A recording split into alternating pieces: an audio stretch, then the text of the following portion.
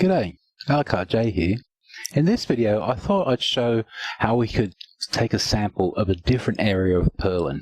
Because so far, every time we've read the Perlin, it's always started at 0, 0. But what if we pushed this whole map across and even upwards and generate a different texture in here for different kinds of procedural output? This is actually quite easy to implement. We just need to add an offset variable. So let's create a vector 2.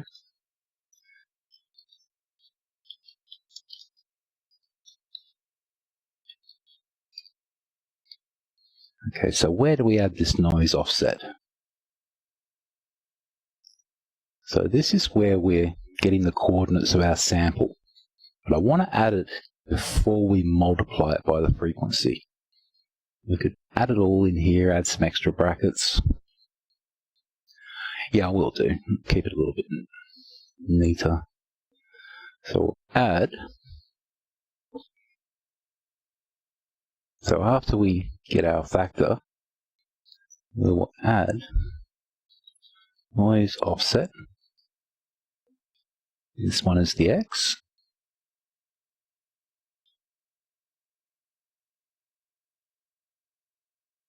And here we have the noise offset Y. Okay, we're going to have to do the same thing on these lines.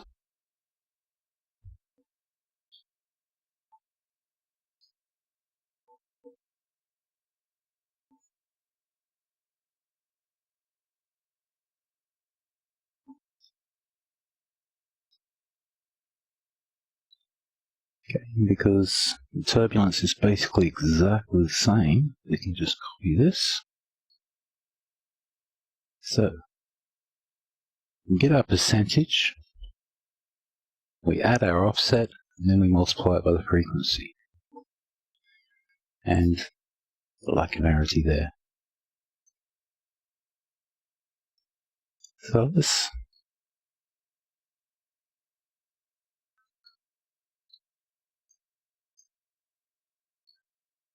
make a new scene. Just call offset.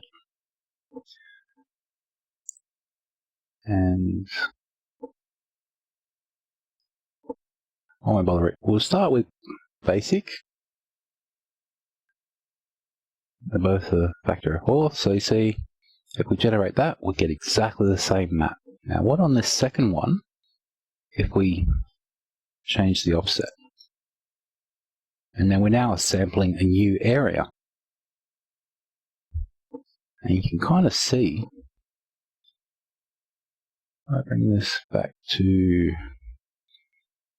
-1, I'll make this 0. Except for the scene, because we haven't gone texture clamp, that is actually tiling.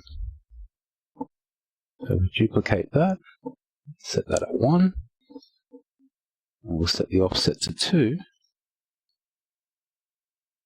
We'll start to see we can actually sample from different parts. And again, if we increase all the Y, we've gone to a different area of the Perlin. Now we can introduce a fractal, and hopefully it hasn't broken.